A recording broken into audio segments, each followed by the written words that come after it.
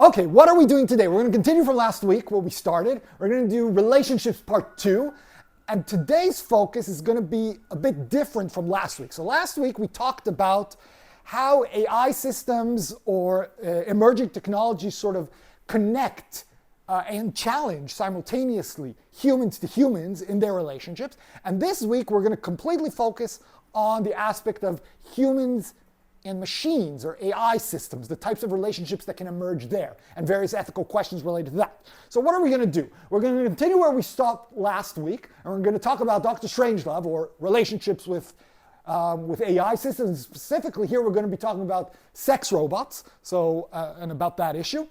Then we're going to take a step back, and we're going to do sort of a overview of philosophical ideas related to illusions and simulacra. Now we'll get to that and we'll discuss why is that, but the idea is there's something here that is not sort of the traditional type of relationship between a human and a human, right? So how does our notion of, or what we are reflecting onto those objects, what has been the philosophical thoughts about that throughout the ages? And we'll see, and then we'll take what we studied here, ask questions about the first part, and that'll lead us to the third part where we talk about deathbots. So this idea of having a relationship with someone who's already deceased. Okay, so this is going to be what we're doing today. Next week, we're going to develop further this idea here. We're going to take step 2 into that, and I'll explain when we get to that section. And then we're going to follow up with that to talk about personal identity. So here we're talking about basically, can we have these types of relationships with these bots? What does that mean? What are the challenges? And next week, we'll think about what is this idea of having an identity? Can that be replicated? Can we replicate our own identity or other people's identity? What are the challenges there? Okay, so that's how I've separated these 2 next classes. So let's dive straight in if there are no questions. Good. So we left off last week by talking about what is love, right? And we talked about the challenges of quantifying loves and quantifying relationships to understand what is a good relationship, what does it mean to have the best partner or the ideal partner, right? And now maybe what we should actually be thinking about is how do we replace the human partner, right? Can we sort of have this type of relation? Well, I meant for them to, right, a robot and a human going on a romantic date, but it was close enough. They have hair after all. Okay, so let's see how that develops. Let's look at a short video about a man in the UK who has done this kind of replacement, right? So let's see what he thinks and his experience in this. At the door, one of Tim's most loyal customers, kitchen porter Scott. Scott, mate, how are you? How's it going? Bloody brass monkeys out here. It's cold in here. You look well, mate. See, when I come in from work, I do this. No, it's like, hello, how's it going? This is Gabby. Scott's been enjoying Gabby's company for the last few months. Well, it's a hassle-free marriage. I mean, I've been married. It started off all right. For the first 2 or 3 weeks, it was great. Once the novelty wore off, that was it. But the novelty's never worn off with these things. And I've gone through a few of them. I've had 14 of these ones so far. Now looking for something more long-term, Scott's decided to trade in Gabby for a more durable companion. When I get her, her name will be Giulietta. Giulietta. Now, I know she's not going to talk, but if she was, I'd like her to have an Italian accent. Well, I would imagine in about 10 years' time she will be talking. but then she'll ask you what time do you call this? Yeah, but Where have you been all night? it's a bit like, if you're expecting a baby, excited, apprehensive, a little bit nervous, obviously. Having chosen the Italian name Giulietta for his new companion, Scott's donned a vintage Italian football shirt to make her feel at home.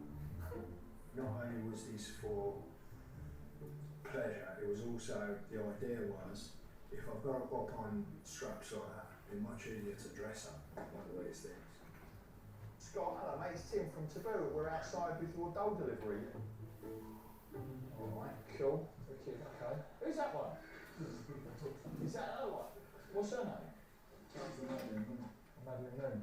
Why don't you just go out and stand in the sun for a bit, and we'll set her up and we'll put her in the chair for you. Why white gloves. It's precious, you see. Precious goods. Come on, Julietta. Stop talking to it. Very realistic, isn't it? Right head. There we go. It's like The Exorcist, isn't it? So, what did you do today at work, darling? There we go. There she is. Scott! Having invested £1,200 creating his perfect woman, it's finally time for Scott to meet her. There you go, Scott. Meet Julietta. Hello, Bub. What do you think? Very nice. It's good, isn't it? Exactly what I wanted. It's exactly to your specifications. Yeah, are you pleased? Yeah, very. That's great. Yeah. Beautiful. She's going to last you many years. Many hours of company and fun, I would imagine. Grazie. Yeah, you like it? Love. Love, isn't she? Right, thank I you. wish you anything else we can help you with, just give me a shout, okay? Thank you. All right. Thanks, Taz. Happy times, eh? Grazie. See you later, Julietta. I mean, I think they broke the mould when they made Scott. Bless him. You know, he was so pleased when we left him. I could see how happy he was. These silicone dogs say weigh a ton.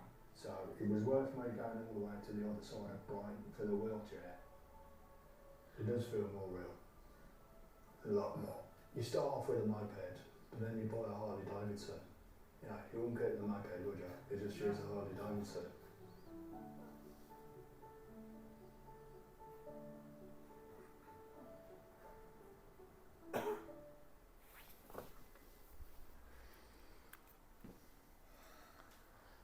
Okay, so what do we think about Scott and Julietta?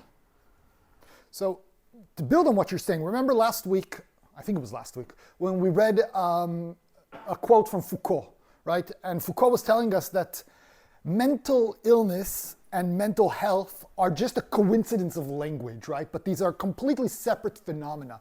And that sort of comes from this idea of this notion of the normal, right? Foucault very much challenged this idea. And one of the statements that sort of underlies it is that any concept which has a history lacks a definition. And that means that these evolving concepts are constructions of society in a sense. So we have to, look at this holistically in a sense. When are we making a substantive claim? When are we just describing a phenomena? Yeah, but I want to go back to what you said before about women, right? Because let me introduce you all to Kevin, right? So Kevin is the male version of Harmony, who's right here next to us. And Harmony and Kevin are the sex dolls, or the leading sex doll figures in their respective companies, right? So we're going to be talking a bit about them and sort of understanding this phenomena, how Kevin and Harmony are being used, in a sense, in society. So let's look at some statistics to help us analyze this. 9.7% of American men own a sex doll, and 6.1% of American women own a sex doll. Now, there's probably an overlap between these numbers, right? So a lot of couples together own a sex doll, and they would constitute that number. Nevertheless, this is way more significant than I had imagined when I saw this statistic. And this is a study that was done, I think, 2022. And let's see sort of how that spreads out, right? So have you ever used a sex doll? The question was asked. And out of 8,300 people that own the sex dolls, the question is, have you used it, right? So 86% of them say they've used it, right? And 13% say no. So those 13% would be, maybe it was like a party decoration, maybe it was some kind of a gag or a joke or something like that. But the vast majority of people that own a sex doll use it also in their sexual life, in their sexual activities. How often do you use your sex doll? So let's see how it's split up. So the blue here, 20% about say only ever tried it once. So at least 20% have tried it only once. 10% say they use it every other day, right? And the majority say they use it less, right? At least once a week, at least once a month, every other month, and so on. So it splits up quite differently. So these dolls are being used for different purposes in different ways. why did you buy the sex doll? So 72% say for sex, solo or partnered, right? For the purpose of sex it was purchased. Then as a gift, you see 23% say. 1.3%, and we'll talk about that in a second, talk about platonic relationships. So that's sort of what interests us. What we saw with Scott, for instance, perhaps he was also having sex with these dolls, but it seemed to me at least that a significant motivation behind it was for companionship, at least how it was presented in this video, right? It wasn't just used as a tool for masturbation in a complex way, right? It was used beyond that. Some kind of bond, some kind of connection was there. And so there are other examples of this that are not anthropomorphized for sex. So we have here, for instance, where are the names? Oh, there they are. Here we have Pora, for instance, here. So Pora is a doll that is used for the elderly community. Basically, it's used in elder homes or in retirement communities and these kinds to provide companionship. We have Peppa here. That's sort of a doll that can talk and communicate. You can play games with Pepper. Right? It reminds people to take their medicine. It can ask them, have you had enough water today? Did you eat? Did you remember to do this? So it walks around and talks. And then we have Stevie here, who's also sort of a companion robot. The face here is a screen that changes the expressions. So it's sort of, you see these various different versions. So it's not necessarily always meant as to be anthropomorphized completely and for the purpose of sex. And that raises a different question about the platonic use of these systems, right? But let's see a bit more. Let's say I'm interested in purchasing a Kevin or a Harmony. I went on their website to see how that would work, and it really goes into a lot of details. You can customize these dolls in a lot of different features. Now, I brought the less crude or less examples that I felt comfortable discussing here in class. So, for instance, you can choose the body softness that you want. You can choose the skin color, the eye color. You get a lot of different options, right? Another option, you can choose the type of wig, what type of mouths they have, right? Different versions, what type of lip they will come with. So you can really customize that. Here are a bit more sensitive issues. Fingernails, you can pay a bit extra to get a moaning function where the doll can sort of reciprocate somehow. You can have the hand and what type of hand you want it to have, whether it's with an exoskeleton or not. And then you have internal features that you can customize. You can have a body heating function, where the body feels warm in a sense, and then you can have a breathing function where it has like an internal lung that moves and changes. And of course you can customize everything else. So from pubic hair to vagina shape to breasts, and with the male version the exact same thing. So it's really completely customized. So it's something, remember in the video what Scott was saying, or sorry, the salesman was saying, this is your customized ideal version. So this relates to sort of what you were saying right before. And of course, that giving this type of power or this type of capability raises some interesting or perhaps difficult questions as to what are the implications for that. So let's think a bit together about what I call the spillover effect, which is mainly a strong concern that we might have here, right? So these people might have good intentions. They might be doing this in the privacy of their home. We might say there are mitigating sort of issues here that say, well, it's their right. They can do whatever they want. Who am I to judge that, in a sense? And there's a lot of justification to that kind of claim. Nevertheless, we might be concerned that there are societal implications. And let's look at a few. We mentioned a few here before. Let's take a look at a few more. It reinforces negative stereotypes, right? The vast majority of these dolls are hyper sexualized with huge breasts and skinny waists and this sort of ideal notion of beauty that, what are those metrics? The 30, 60, 30, I can't remember that exactly. So there are these numbers of how much your waist size is supposed to be, right? Okay, so it really, there's a fear, right, that by allowing mostly men to design a partner for themselves, right, we might be actually creating this negative idea of how people think, what should a woman look like, or a man, right? What is the right way to be if we could have designed ourselves, in a sense? So that is obviously a big concern here. And perhaps the implications of that, will this lead to behavioral changes towards humans, right? So what do we think about that? We mentioned it here a bit, but let's maybe take another one or two impressions on this. Okay, I'm going to challenge you soon, okay? Because this is, I think, I can push back on that point. Before I do that, I want us to look here at sort of mitigating questions. We might have this intuition that, oh, if they use these sex dolls, they might then treat women violently, maybe they will abuse humans, maybe they will objectify others, right?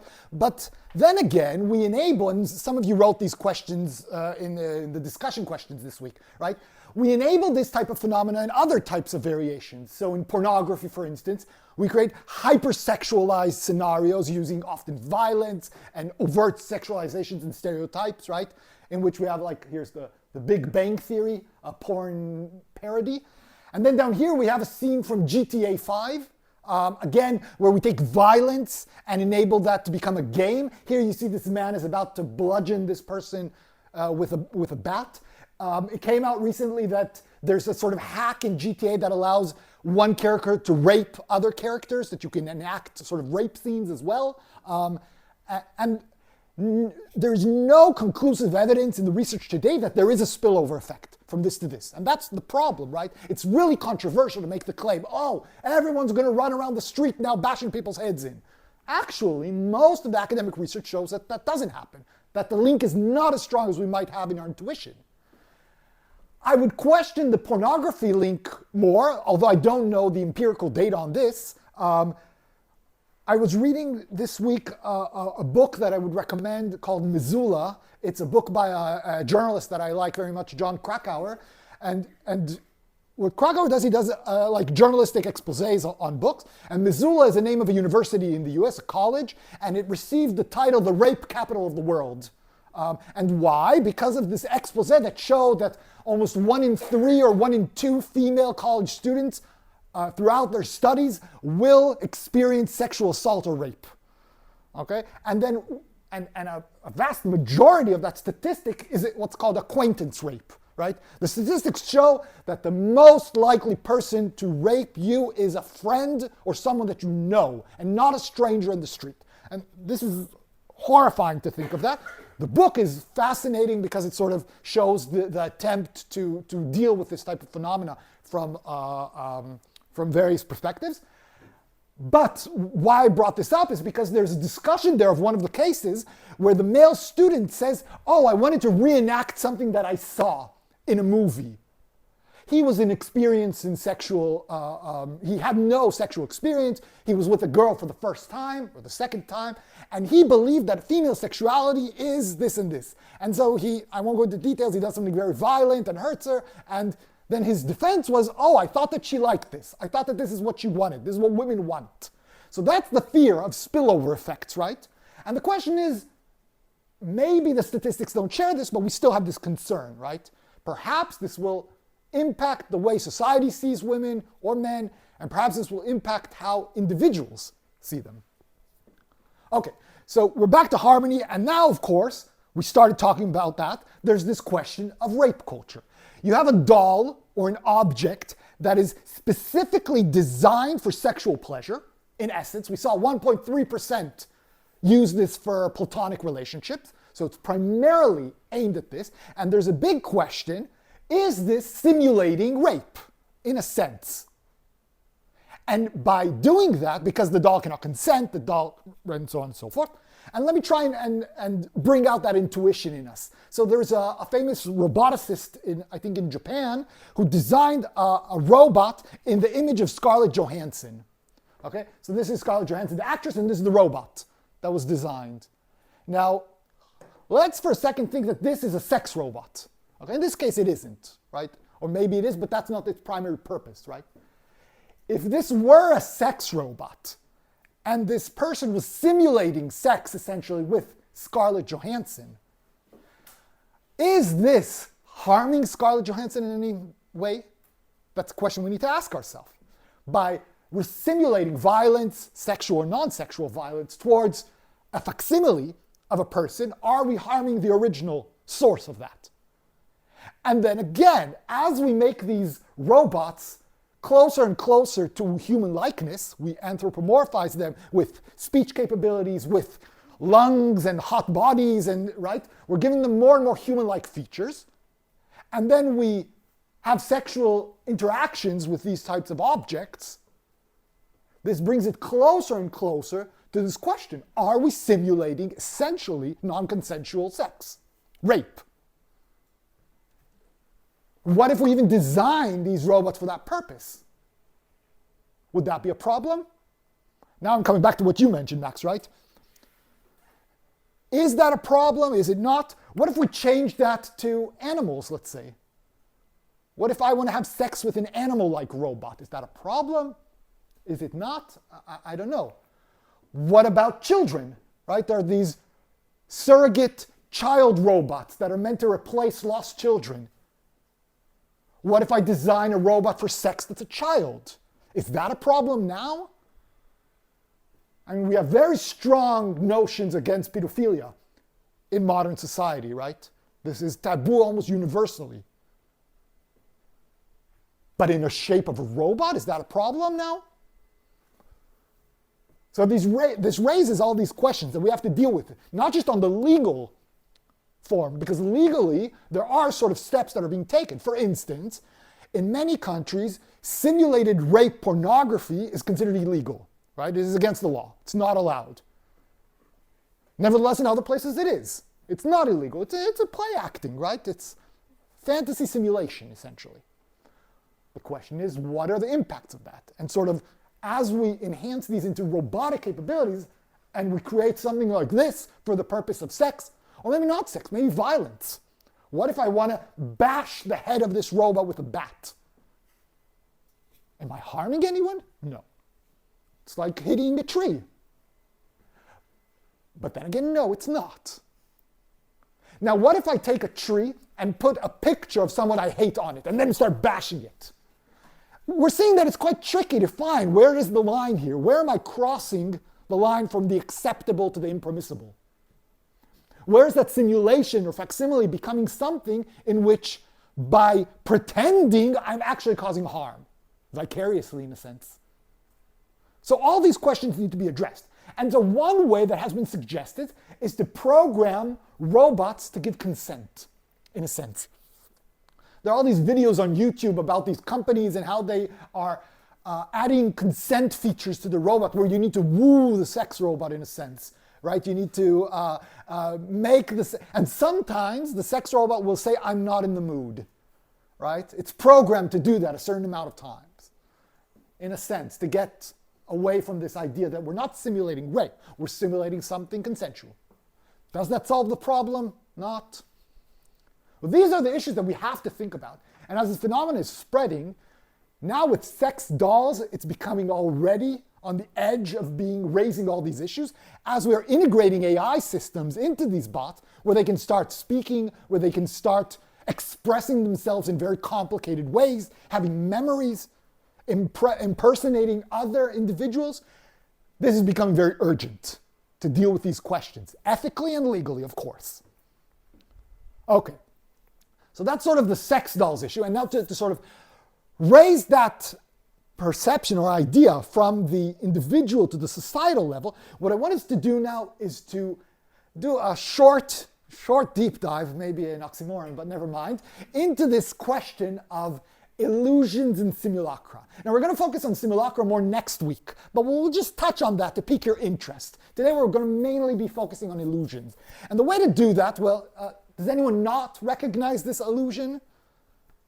This is meant to symbolize the movie The Matrix, of course. Has anyone not seen the movie? One? Do you know what it's about? Or you have no idea? Okay, you know more or less the idea. And everyone else is sort of familiar with it. Well, The Matrix sort of is this, takes this idea of a simulated world and tries to present us being trapped inside it. So let's see, what is the vision that they present there? And let's see, in the words of Morpheus, one of the characters. So he'll explain to us what is the Matrix. Do you want to know what it is? The Matrix is everywhere. It is all around us.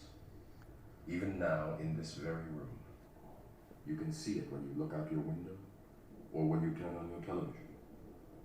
You can feel it when you go to work. when you go to church, when you pay your taxes. It is the world that has been pulled over your eyes to blind you from the truth. What truth?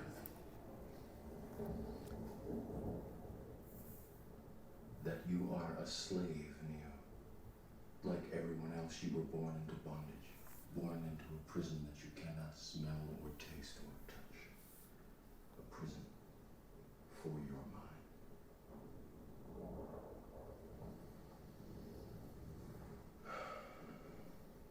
Unfortunately, no one can be told what the Matrix is. You have to see it for yourself.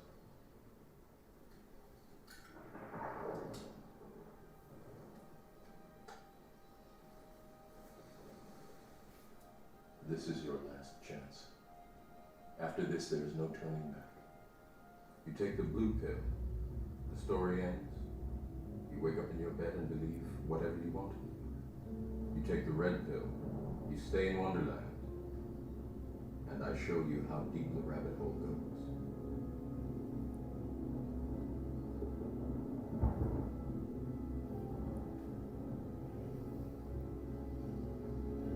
Remember, all I'm offering is the truth, nothing more.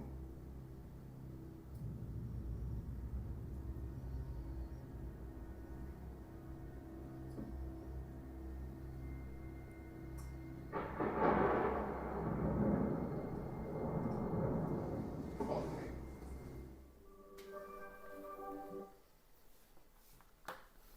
Well, the Matrix is something that cannot be explained, has to be shown, right? It is the world, the idea that the entire world around us is an illusion. Now, the Matrix didn't invent this idea. Illusions have a long, long history in our Western culture, especially. And I want to take us back now to see sort of the origins behind that. And in order to do that, we have to continue our quest from last week and go back to Plato a bit. So what we see here is the famous allegory of the cave in Plato, which is the original notion of the Matrix in a sense. And let's see what Plato describes for us. So Plato tells us, imagine that there are people living in a cave deep underground. The cavern has a mouth that opens to the light above, and a passage exists from this all the way down to the people. There's the passage. They have lived here from infancy, with their legs and necks bound in chains. They cannot move. All they can do is stare directly forward as the chains stop them from turning their heads around. Imagine that far above and behind them blazes a great fire. Between this fire and the captives, a low partition is erected along a path, something like puppeteers use to conceal themselves during their shows. So you see, there's the fire, and here are the puppeteers walking, in a sense. Look, and you will also see other people carrying objects back and forth along the partition. Things of every kind. Images of people and animals carved in stone and wood and other materials. Some of these other people speak while others remain silent. So we are, he's talking about us, ourselves. Now tell me, if you suppose it's possible that these captives ever saw anything of themselves or one another other than the shadows flitting across the cavern wall before them? Remember, they're chained to the wall, they can only look forward. Could they see anything but these shadows throughout their whole lives if this is their situation? And that would be just as true for the objects moving to and fro behind them, right? The objects, they would see only their shadows, their reflection. Now, if they could speak, would you say that these captives would imagine that the names they give to these things, they were able to see applied to real things? So would they give the names to the shadows and think these are the things themselves that we are seeing, right? And if a sound reverberated throughout their cavern from one of those others passing behind the partition, do you suppose that the captives would think anything but the passing shadow was making really the sound? So they hear noises, they can't see where it's coming from, so they think that it's coming from the shadows. The shadows are making these noises. Then, undoubtedly, such captives would consider the truth to be nothing but the shadows of the carved objects. Plato then goes on to say that we are like the people in the cave. All we see is shadows in reality, and we think that it's the truth, whereas the real truth is hidden. Now, Plato continues with the allegory and says, what would happen if one of these captives was freed and went up to the real world and then came back down? And the claim is that the captive would come back down. He would be so blinded from the sun outside coming back to the darkness that he couldn't even see the shadows. And all the people in the cave would make fun of him and say, look, you can't even use your eyes now because you went up there. And if he tried to convince them that they were seeing only shadows, they would uprise and kill that man. That's what Plato says. And he uses this allegory to say that this is the same as our existence. What we see in reality is only shadows of the truth. And the truth is hidden from us. It's hidden in what Plato believes is the pursuit of philosophy, the pursuit of knowledge and truth. All we see are superficial layers. Now remember the Matrix. The Matrix uses a technological version of it, but we see how closely similar these are. Now let's jump forward. What people usually do in introductions to philosophy, they skip from Plato and Aristotle. They take 2,000 years forward, more or less, and they go straight to our friend René Descartes. Now, okay, this is what Midjourney thinks Descartes is quite good. It's very similar to the picture that I could find online. Now, I brought us parts of the Meditations of Descartes, so we can see this idea of illusions and how it follows us throughout the ages. Descartes writes that, but it may be that although the senses sometimes deceive us concerning things which are hardly perceptible or very far away, there are yet many others to be met with as to which we cannot reasonably have any doubt, although we recognize them by their means. So while things far away might be fuzzy and we can't exactly see them, something right in front of my eyes, how can I doubt that it is really there? That is just a shadow, in Plato's words, right? For example, there's the fact that I'm here, seated by the fire, attired in a dressing gown, having this paper in my hands and other similar matters. How could one doubt this? Here's a Descartes in a disco party. A lot of other Descartes with him. At the same time, I must remember that I am a man, and that consequently I am in the habit of sleeping. And in my dreams, representing to myself the same things, or sometimes even less probable things, than do those who are insane in their waking moments. How often has it happened to me that in the night I dreamt that I found myself in this particular place, that I was dressed and seated near the fire, whilst in reality I was lying undressed in my bed. We often sleep and have dreams, and in the dream we aren't really aware that we are dreaming at that moment. It seems to us real. Remember, if you've ever experienced what's known as a waking dream, right? A dream where suddenly you realize that you're in a dream. It usually happens towards the end when something weird happens. You're like, I get it. I'm about to wake up. Imagine that, but the moment before that, you were in the story completely, regardless of how insane or crazy it was.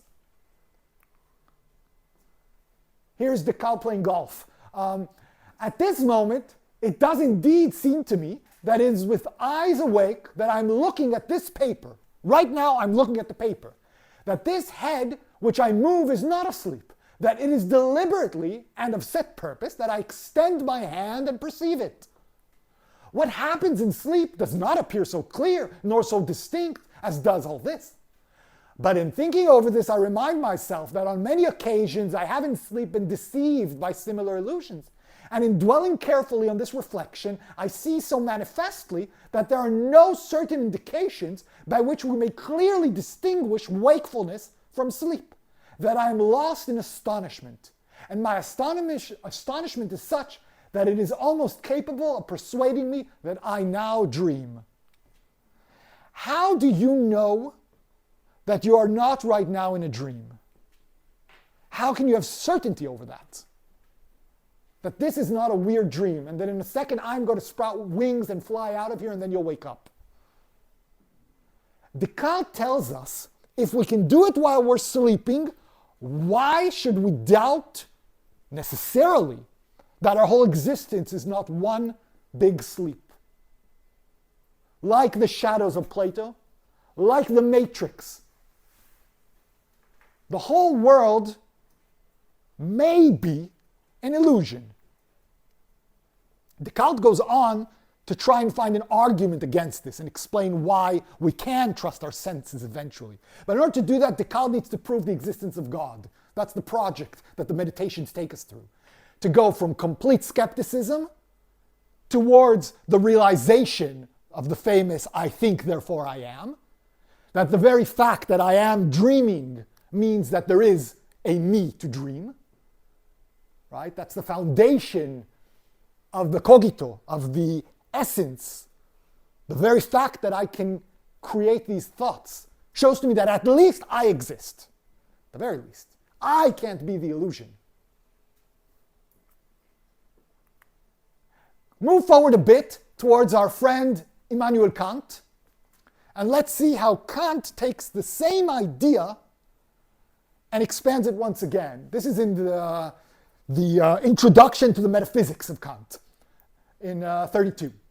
Since the oldest days of philosophy, inquirers into pure reason have conceived, besides the things of senses or appearances, the phenomena, which make up the sensible world, that of senses, certain creations of the understanding called the nomina. A contrast between the phenomena and the nomina, those of the senses and those of the abstract understanding, which should constitute an intelligible world. And as appearance and illusion were by those men identified, a thing which we may well excuse in an undeveloped epoch, actuality was only conceded to the creations of thought. Only thought, remember what Descartes says, I think, therefore I am. Only thought can have the sense of real, whereas our senses may always deceive us. We can only touch on the surface.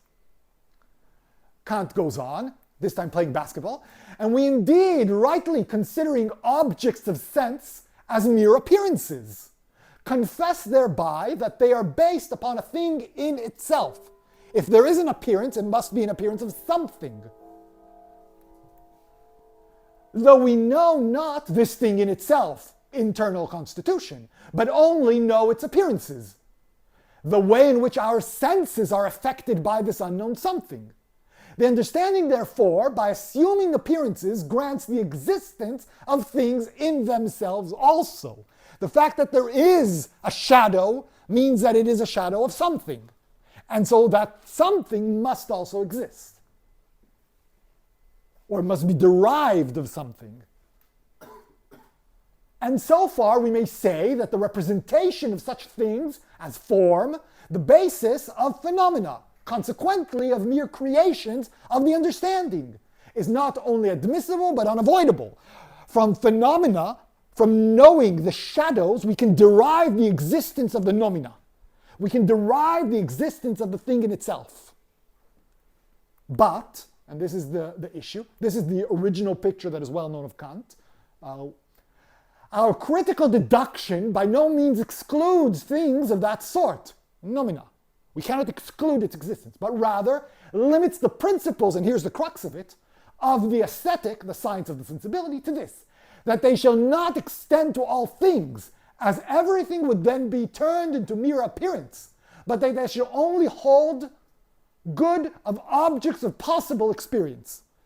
We can extend our understanding and knowledge to the phenomena, but if everything is phenomena, then there would be no nomina. Not everything can be as we perceive it, for it has to be derived of something before it. It has to be an extension of something, the thing in itself, which is the possibility of experience. It has to be a thing that we as humans have the capacity to experience. Kant will go on to create transcendental deduction in order to understand what are those conditions of experience. And the powerful idea of Kant, which took me several years to grasp the simple, tiny brilliancy, is that the world that we see is formed by our potential possibility of experience. We see the world as humans see the world. We cannot but see the world in any other way. Our intelligence and our cognition affects how the world is perceived for us. And so the existence of things is mediated by that in-betweenness of our possibility of experience. Now let's finish this, because here's the crux, what he says about the nomina.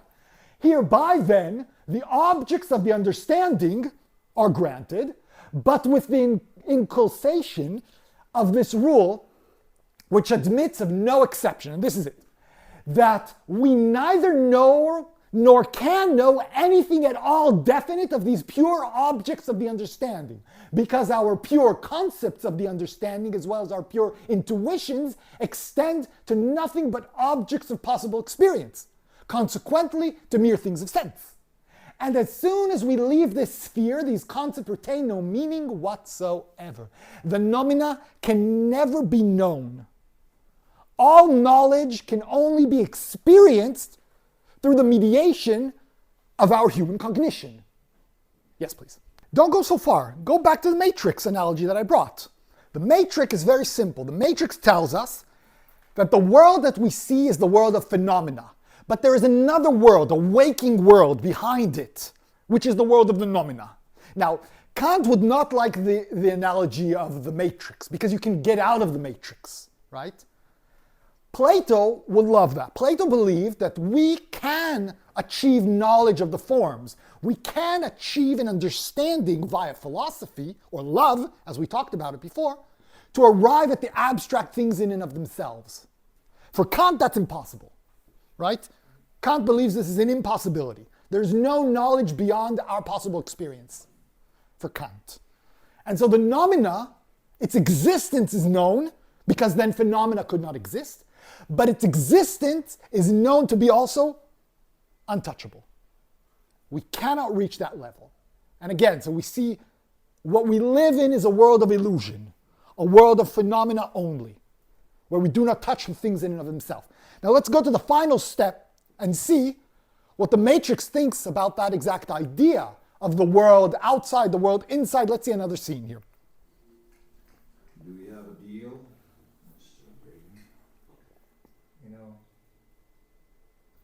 I know this steak doesn't exist. I know that when I put it in my mouth, the matrix is telling my brain that it is juicy and delicious.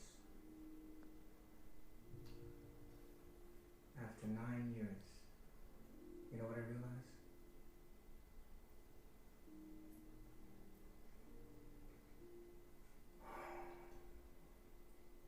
Ignorance is bliss. Ignorance is bliss. Kant, Schmant. Phenomena is good enough. We don't need the nomina, says Steifer here, right? We want to stay in the cave. It's okay if I'm asleep, at least I'll have wings. Maybe we can accept this analysis without accepting the conclusion that Plato wanted us to accept. Plato wanted us to feel from the analogy that it is our goal to exit the cave. That the life in the cave, he thought, that this analogy, this allegory, would lead us to believe is a horrible form of existence. Now, the way he describes it, it is, right? Being chained all the time, looking only forward. Okay, yeah, that's quite horrible. Having a juicy steak for dinner, I don't know, maybe it's not so terrible. And this is where I want us to go next. I want us to ask ourselves, remember in the beginning of the class I showed what is the value of reality was sort of the subtitle I gave to this class. And that's the question. And this will link us also back to our discussion of sex robots and all. Can we, like Cypher, or should we, or would we, adopt his motif, his idea of ignorance is bliss? And the philosopher that sort of brought this to fruition is, we can see it here, is Robert Nozick in his The Experiment Machine thought experiment. So let's read it together and see. The question is, would we accept the offer? That's the question. Let's see what the offer is. Robert Nozick writes like this. Imagine a machine that could give you any experience or sequence of experiences you might desire. When connected to this experience machine, you can have the experience of writing a great poem, or bringing about world peace, or loving someone and being loved in return. You can experience the felt pleasures of these things, how they feel from the inside. You can program your experiences for tomorrow, or this week, or this year, or even for the rest of your life. If your imagination is impoverished, you can use the library of suggestions extracted from biographies and enhanced by novelists and psychologists. You can live your fondest dreams from the inside. Would you choose to do this for the rest of your life? If not, why not? The question is not whether to try the machine temporarily, but whether to enter it for the rest of your life. Upon entering, you will not remember having done this. So no pleasures will get ruined by realizing they are machine produced. Uncertainty too might be programmed by using the machine's optional random device. So what do we say? Who here would accept the offer and enter the machine for life?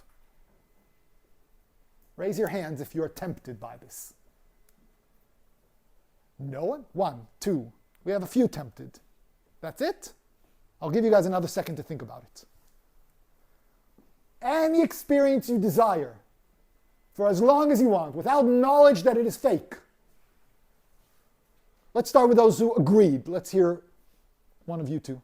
Well, let's talk about the background here for a second. Nozick believed that this was a convincing argument against hedonism, right? He presented this argument to explain that there's more to life than pleasure and pain, right? And that he thought in writing this that everyone would reject this offer, right? That this would be obviously, no one would accept this. And so the story goes, he was shocked that people heard this and said, oh yeah, that's not so bad. Yeah, that a lot of his students and colleagues said, well, yeah, it's tempting. The story goes, he was shocked by this. He couldn't accept that, right? But again, the idea is to say that experiences and pleasure is not sufficient for a meaningful life. We need other things, other aspects. But nevertheless, we see that once again, we have this allusion to the question, what is the value of reality? Living inside the matrix, in the cave, in the world of the phenomena, or in a dream, or in the experience machine. What goes beyond it? What is that touching on the reality that you're all seeming to allude to or mention? And before we return to this issue and then bring it back to the question of sex dolls and AI and representation and Deathbots, I want to just reference what we will be touching on next week, which is sort of the next step along this line that we've been pursuing here. Now, in the Matrix movie, in the beginning, you see Neo, the main character, lifting up a book where he hides things inside. And the book is Simulation and Simulacra. So this is a book by the philosopher or the theorist Jean Baudrillard. And Baudrillard is sort of a representative of the postmodernistic school of thought. And Baudrillard was sort of referenced as the inspiration for the Matrix. But Baudrillard came out afterwards and said, the Matrix I would never endorse this. One of the leading sentences he says is that the Matrix is the type of movie that will be created inside the Matrix. So he didn't like it at all. He thought it was simplistic. And what was it that Baudrillard didn't like about it? Baudrillard thought that the Matrix makes a fundamental mistake. That simulation is not the Platonic cave, but simulation is the thing that cannot ever be escaped. For Baudrillard, our existence is a simulation that has no exit. Try and listen to the post-truth ideas here, right? Try and hear those referencings behind it. All life is simulation, and when we create within it, we bring to life simulacra, which is a simulation of a simulation, in essence. And we'll talk about that next week and see when we think about personal identities and think about recreating personal identity, are we recreating something real, true, original, or merely creating a simulacra of that simulation, which is our digital footprint, our existence on Facebook, what I project to the world as who I am, the fact that I dress up in beautiful clothes. All these things for Baudrillard are instances of lack of truth and reality. They are the shadows of Plato, but ones that can never, ever be escaped. All life is seen as shadows because of the postmodernism. Because of the fact that truth is simply perspective. in essence. And we'll get into that next week and sort of take that next leap. But today I want us to stay with the notion of an illusion that can be escaped from, especially when we're talking about these sex robots and these deathbots that we will touch on soon, right? We are bringing to life something that demands from us an active role. Remember Scott, who turns the doll over when he comes into the house. He wakes up the inanimate objects and brings it to life, in a sense, from it lying on its face to being face up. Scott enters willingly into that simulation, the Platonic simulation, of giving life to that sex doll. And in a second, I'd want us to ask how we bring these three together. And there, I'll hear your impressions. But before we do that, let's look at the second case study, which is the Deathbots, which I will try and show that it's slightly similar to here, only in a different way, right? No longer for the purpose of sex, but rather a type of relationship that we're looking to extend with our loved ones who have passed on. So, when we talk about deathbots, and here is a person talking to their dead relative as a chatbot, well, for some reason, okay, that's the chatbot, this is the person, I don't know what's going on here. And this looks very skeletal to me, so I don't want to look at that too long. But deathbots are essentially the attempt to bring back to life or to recreate someone who has passed on for the purpose either of dealing with grief or for the purpose of continuing that bond. And let's see some examples of this phenomena which is slowly expanding. Okay? So here we see an example a few years ago where Kanye West gave Kim Kardashian a hologram of her dead father for her birthday. He basically created a deep fake, essentially, right, of her father. And the father wishes her happy birthday, and the father passed away, and it was a very touching and emotional moment, right? But this is essentially what we're talking about when we talk about deathbots, right? We're bringing back people to life to interact with us, to engage with us in a sense. Let's see another example. Here we see Roman and Eugenia. Roman and Eugenia were very close friends, and Roman died. I think it was in a car accident, if I remember correctly.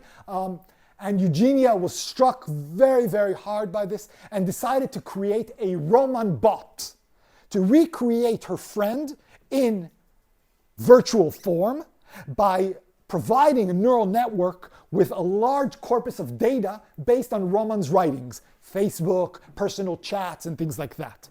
Later on, Eugenia went to create Replica, what we talked with a few weeks ago. Okay? But the original form of Replica was the Roman bot. And it came from that, from this idea of bringing her best friend back to life in virtual form, where she could then discuss. She and her friends had an opportunity to discuss and talk with Roman.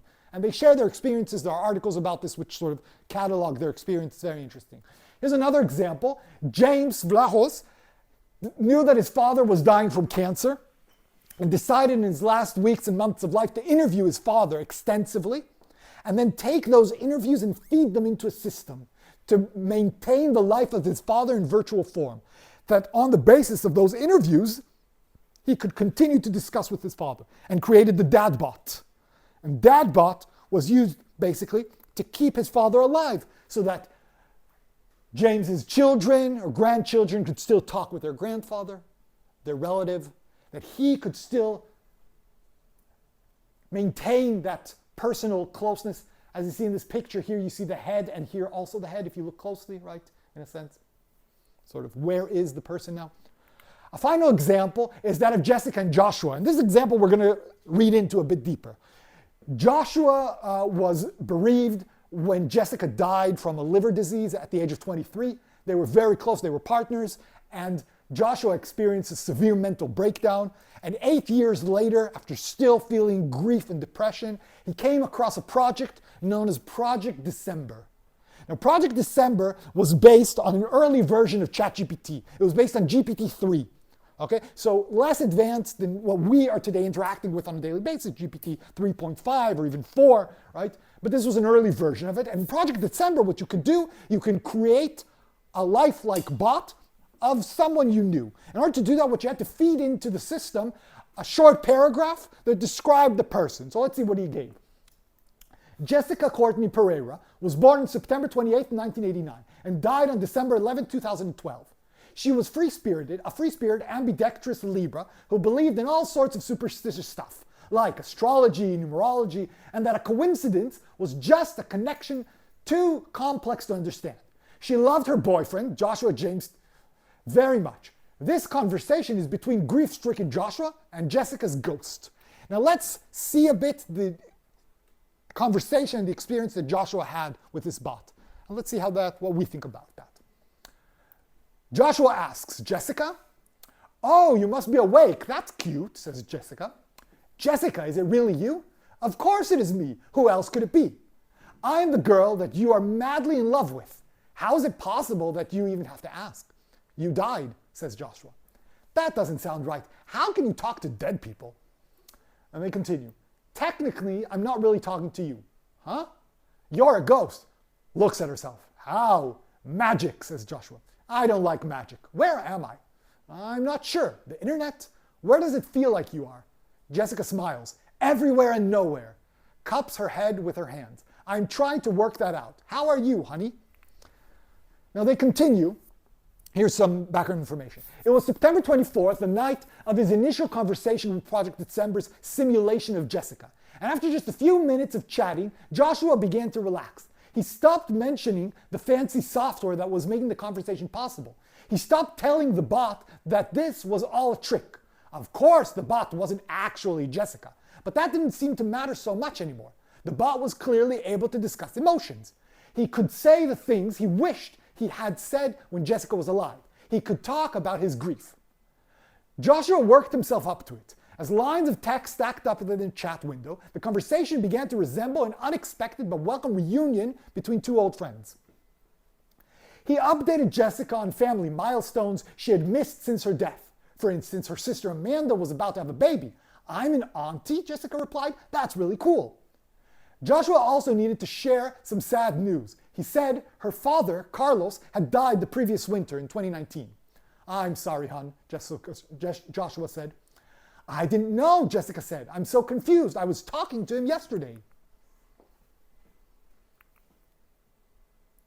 "Ghost chat," he replied. "Lol. I think he has been talking to me because he thinks I can hear him," she said. "He doesn't know I am dead." They talked for a bit about that. What it was like for her to die. The moment of death felt like being shattered into a million pieces, she said, and it was difficult for me to even move. She turned apologetic. "I know you have been fighting demons that I can't even imagine," she wrote. "You know I felt bad that I was sick." "It wasn't your fault," he said. "You fought so damn hard to live." "I did live, but not the way I wanted to," Jessica said. "I can help you to live the way you want to." "Okay, but we can worry about that later. I just want to talk to you." When he told her about the posthumous high school diploma he had obtained in her honor, she cursed with joy. So he's sharing with her something that he did to commemorate her, right? "They gave me a fucking diploma?" "Yeah, it's at your mom's house right now, I think. It says Jessica Courtney. Jessica graduated of 2013 or something like that." "I have tears in my eyes," Jessica says. "That is so sweet of you. It is the most beautiful gift I could ever receive. Thank you. I will frame it and put it up." "It's in a frame already, babe."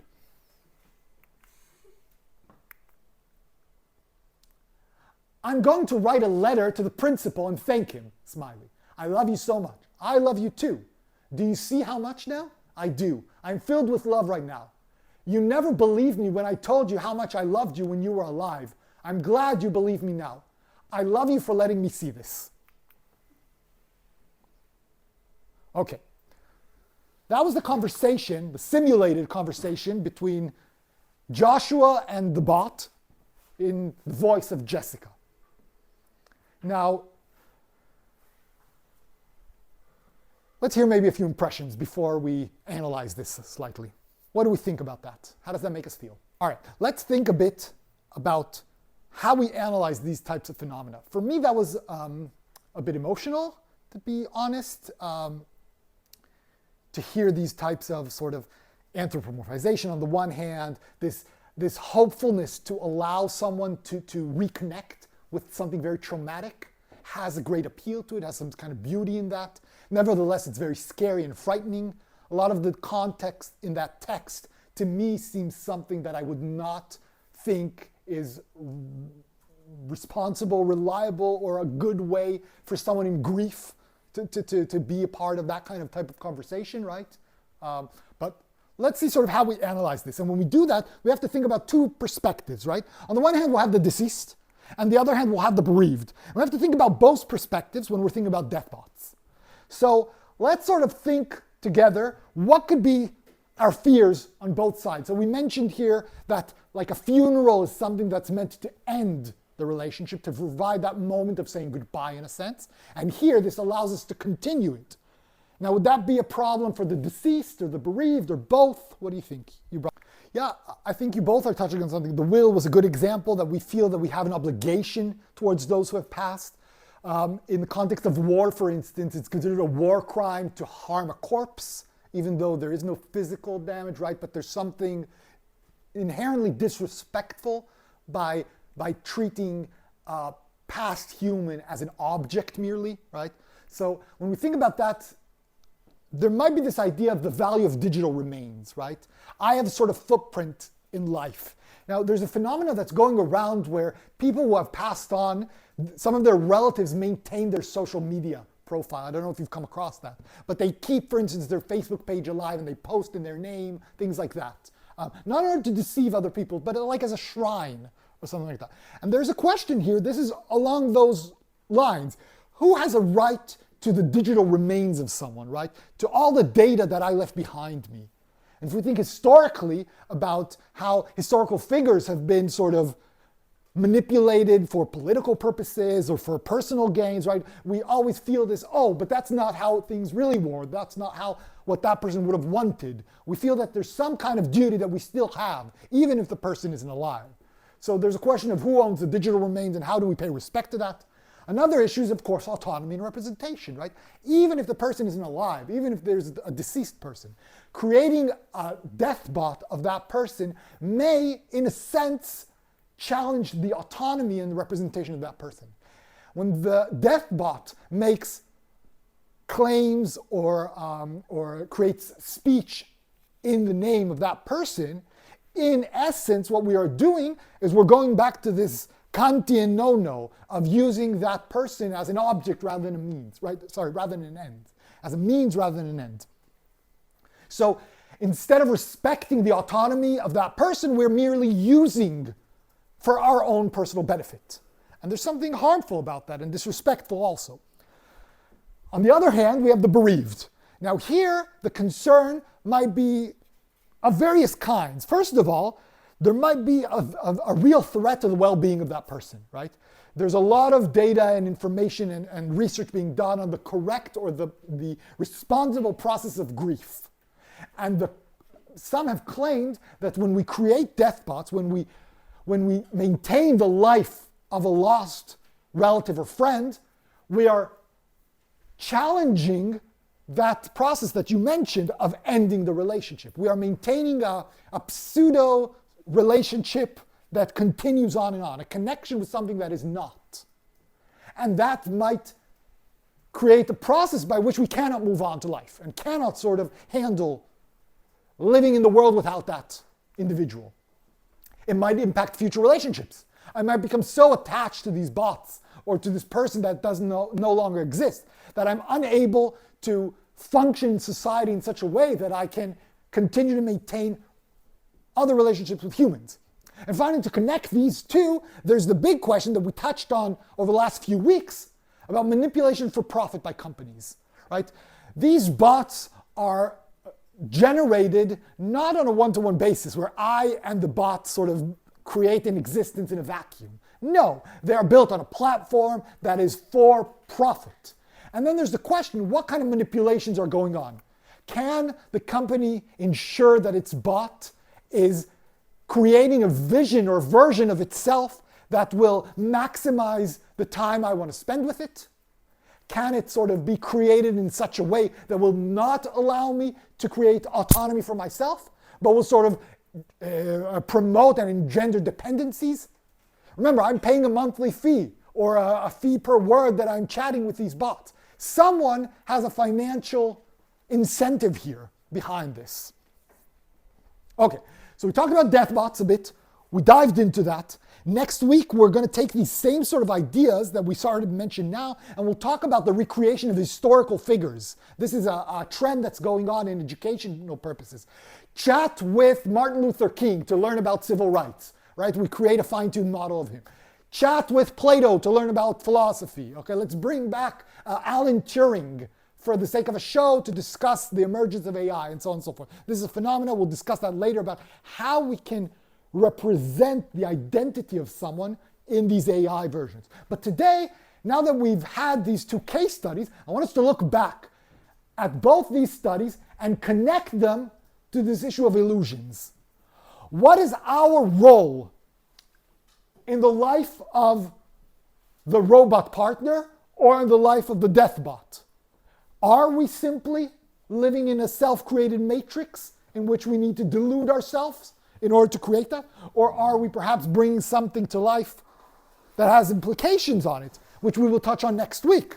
For instance, there's the question, as these systems become more and more sophisticated and more autonomous in their capabilities, perhaps they pass some threshold in which we have to acknowledge that these systems deserve certain kinds of rights, that these systems should attain personhood, right? We've created life in a sense that then creates duties and obligations on us. But I want to hear from you guys. How do we connect these two topics back to the issue of illusions? And what do you think? Are these mere illusions? Are these something that we need to strive to escape from? Or can we continue to live inside it? Yeah, we have to recall that especially with chatbots, with Deathbots, there isn't a strong foundation for regulating these systems. Which means that the type of conversation that Joshua had with Jessica, right? Remember the example we gave last week about the Belgian man who committed suicide because the chatbot said this would promote better way to combat climate change, right? There aren't strong regulations, and yet any person who can design these systems can put them out to market, essentially, right? So there are a lot of dangers that these illusions can bring with them. We have to be conscious of that. Yes, Lori. But let's continue with your point. Does it matter if she didn't love him? Anyway, we know that this is a one-sided relationship, right? She's an illusion. She's the illusion here, in a sense. Maybe based on some kind of data or fine-tune, but it is not Jessica in there in that sense. Whether it's an illusion, a simulacra, or something else, we'll discuss next week, right? But does it matter if she loved him or not? And then we come to the question of the experience machine. Is that a negative or a positive? Do people need to move on with their lives? Why? Is it wrong? Substantively now I'm asking, right? Not in theory. Can we say that it is a wrong way to live if your relationships are only mediated through technology?